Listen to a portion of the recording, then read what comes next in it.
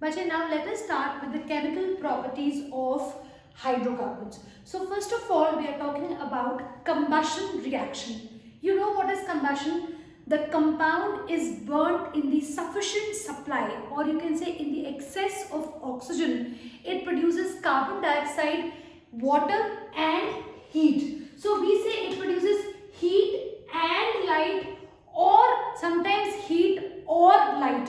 So it may produce both or either of them.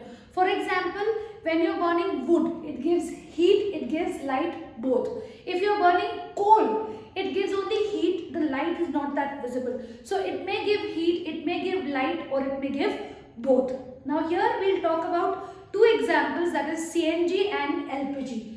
Now the main constituent of CNG is methane. When it burns with excess oxygen, that means 1 mole of methane burns with 2 mole of oxygen to produce carbon dioxide, water vapors and heat or light.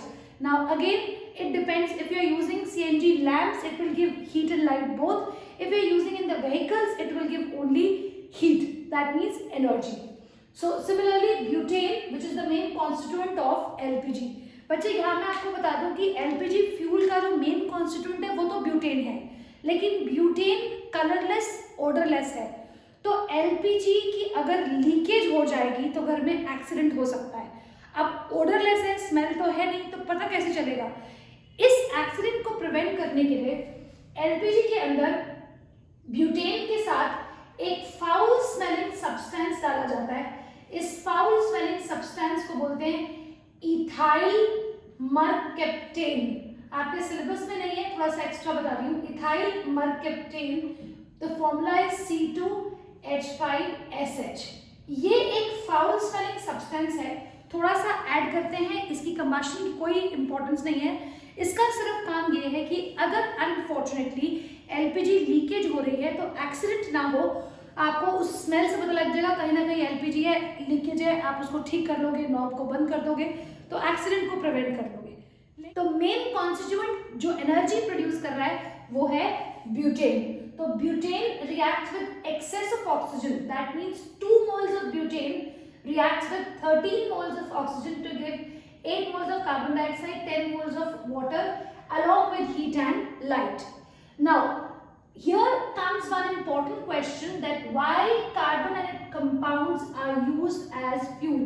So carbon and its compounds are used as fuel because they burn to produce large amount of heat or light or both. तो जब बहुत ज़्यादा amount में heat और light और both produce करेंगे, बहुत ज़्यादा हार्मफुल गैसेस नहीं प्रोड्यूस कर रहे हैं, इसका मतलब क्या है?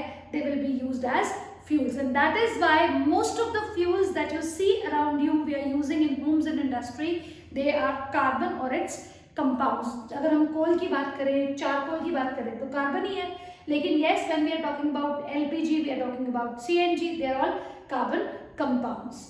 अब जब फ्यूल की ही बात कर रहे हैं तो बच्चे एक और चीज हमने नोट की है, जब कोल या चारकोल को बर्न करो तो फ्लेम नहीं आती, लेकिन कैंडल सॉलिड है, वुड सॉलिड है, अगर आप इनको बर्न करते हो फ्लेम आती है। केरोसिन पेट्रोल को बर्न करते हो फ्लेम आती है, अगर आप CNG LPG को बर्न करते हो तो फ्लेम आती है। इसका मतलब फ्लेम के बेसिस पे we can say that there are two types of fuels, one that burn with flame, the other that burn without flame. फिर ऐसा क्या है कि कुछ फ्लेम प्रोड्यूस कर रहे हैं, कुछ फ्लेम प्रोड्यूस नहीं कर रहे हैं? बच्चे पहले हम देख रहे हैं बर्न विदाउट फ्लेम। बेटा वो सब्सटेंसेस, वो फ्यूल्स जिसमें से वेपर्स नहीं निकलते हीट करने पे। बेसिकली क्या है, जब आप फ्यूल को एक बार इनिशियल मैच स्टिक से या किसी भी चीज से बर्न करोगे तो आपने थोड़ा सा हीट किया, जैसे ही आप हीट करते हो उसमें से कुछ चीजें वेपराइज करते हैं, कुछ कंपाउंड्स वेपर्स बनाते हैं, और ग्रेजुअली यही वेपर्स आग पकड़ लेते हैं और फ्लेम की फॉर्म में नजर आने लगते हैं। पर अगर कोई चीज वेपराइज नहीं कर रही तो वो ग्रेजुअली ऑक्सीजन के साथ रिएक्ट करके हीट तो प्रोड्यूस करेगी पर फ्लेम प्रोड्यूस नहीं करेगी। तो मैं क्या कहती हूँ कि those fuels that do not vaporise on heating burn without producing a flame, for example coal, charcoal, but all those fuels, they may be gas, as I told you, CNG, LPG, they may be liquid like kerosene, petrol, और दे में B solid like candle और I said would. इनमें से कुछ compounds vaporise करते हैं, क्योंकि vaporise करते हैं वो आग पकड़ लेते हैं, they produce flame. So all fuels like gas, liquid और solid that vaporise on heating burn with flame. अब अगर फ्लेम की बात करूं तो आपने देखा है लकड़ी जब जलती है तो येलो कलर की फ्लेम है, लेकिन एलपीजी सिलेंडर में आपकी ब्लू कलर की फ्लेम आ रही होती है जब आप एलपीजी स्टोव को देखते हो। तो that means flame is also of two types. हमने कहा पहले फ्यूल दो टाइप का है, एक जो फ्लेम प्रोड्यूस कर रहा है, एक जो फ्लेम प्रोड्यूस नहीं कर रहा है। इसके बाद हमने कहा कि जो फ्लेम है वो इटसेल्फ दो तरीके की है, one is clean blue flame, the other is yellow sooty flame. Clean blue flame का मतलब क्या है? It signifies complete combustion of fuel. Complete combustion का मतलब ये है कि जैसे एक मीथेन के मोल को 2 मोल्स ऑफ ऑक्सीजन चाहिए थे, जो उसको सफिशिएंट अमाउंट चाहिए था, अगर उतना अवेलेबल है तो इसका मतलब उसकी कंप्लीट कंबशन हो रही है। तो क्लीन ब्लू फ्लेम जब प्रोड्यूस होती है इसका मतलब है कि कंप्लीट कंबशन हो रही है, यानी 1 मोल ऑफ फ्यूल को जितना ऑक्सीजन चाहिए था उतना मिल रहा है। लेकिन जब येलो सूटी फ्लेम है इट सिग्निफाइज इनकम्प्लीट कंबशन, और इनकम्प्लीट कंबशन ऑब्वियसली कब होगी? When there is insufficient supply of oxygen.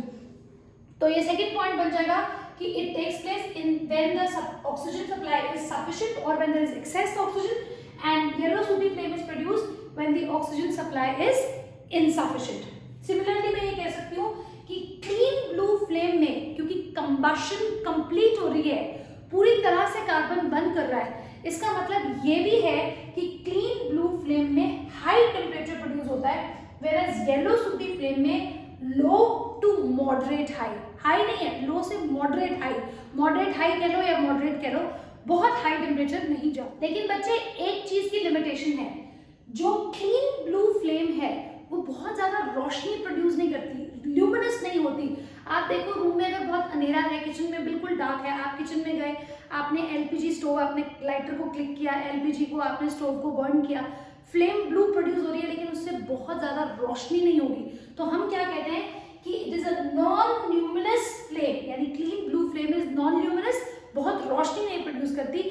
Where as एक छोटी सी कैंडल जला लोगे तो पूरे रूम में रोशनी हो जाएगी, that means yellow sooty flame is luminous flame. तो यहाँ से हमें पता लग गया फ्यूल दो तरह के हैं, एक जो फ्लेम प्रोड्यूस कर रहे हैं, एक जो फ्लेम नहीं प्रोड्यूस कर रहे हैं। जो फ्लेम प्रोड्यूस कर रहे हैं वो कौन कौन सी है? या तो क्लीन ब्लू फ्लेम वाले और या फिर येलो सूटी फ्लेम। अब कभी कभी ऐसा भी होता है कि जो substances clean blue flame produce करती हैं वो येलो सूटी फ्लेम प्रोड्यूस करने लग जाती हैं। जैसे फॉर एग्जांपल एलपीजी सिलेंडर। अब एलपीजी सिलेंडर में से जब एलपीजी ग्रेजुअली एलपीजी स्टोव में आती है तो आपने देखा ब्लू फ्लेम होती है।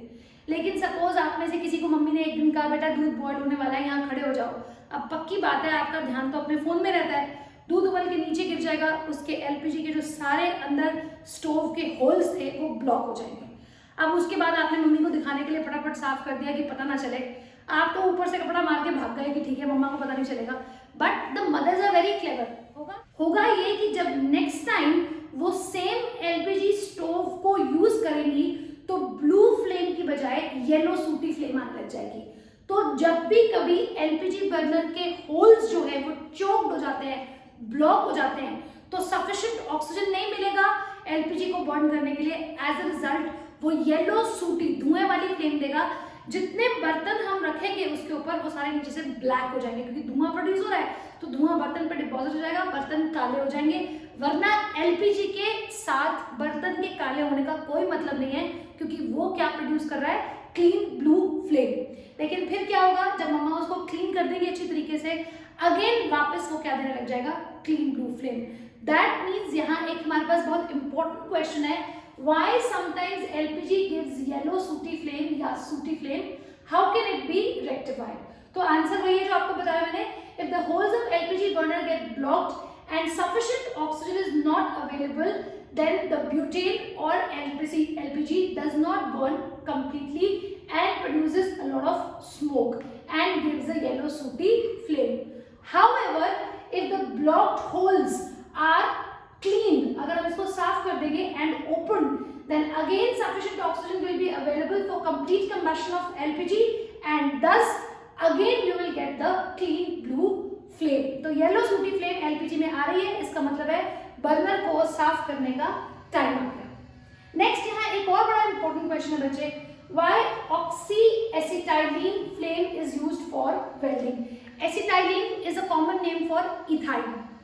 बच्चे होता क्या है कि एसिटिलीन में अगर आप सैचुरेटेड में देखो, हम सपोज कंपेयर करते हैं C2H6 को, C2H4 को, C2H2 को। आप देखिए कार्बन का मास होता है 12 2 सा 24 प्लस 6 30। अगर मैं यहाँ पे कार्बन की परसेंटेज निकाल रही हूँ तो कैसे निकालूंगी, 24/30 इंटू 100। अगर मैं इथीन में निकालती हूँ तो क्या आएगी, 24/28 इंटू 100, और इसमें आएगी 24/26 इंटू 100। तो आप देखो परसेंटेज ऑफ कार्बन सबसे ज्यादा आ रही है इथाइन में।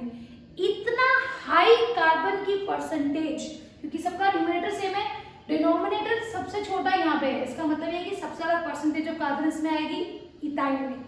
जितना कार्बन कंटेंट या कार्बन की परसेंटेज ज्यादा हो जाएगी वो एयर में कंप्लीटली बर्न नहीं करेगा, येलो स्लूटी फ्लेम देगा। And as we have done, yellow sooty flame में मॉडरेट टेम्परेचर रहता है, मेटल को मेल्ट नहीं कर पाएगा, इसलिए वेल्डिंग होगी। वेल्डिंग का मतलब क्या है, ब्रोकन पार्ट है, हाई टेम्परेचर पे वो मेल्ट हो जाएगा जिसको हम जोड़ सकते हैं। तो क्योंकि इसमें वेरी हाई टेम्परेचर जाएगा ही नहीं एयर में, एंड रीजन क्या है, percentage of carbon is high. लेकिन अगर हम सिर्फ एयर की जगह ऑक्सीजन देते हैं, यानी एक्सेस ऑफ ऑक्सीजन सप्लाई करते हैं, जब एसिटिलीन को एक्सेस ऑक्सीजन के साथ बर्न करते हैं तो कहते हैं ऑक्सी एसिटाइलिन फ्लेम।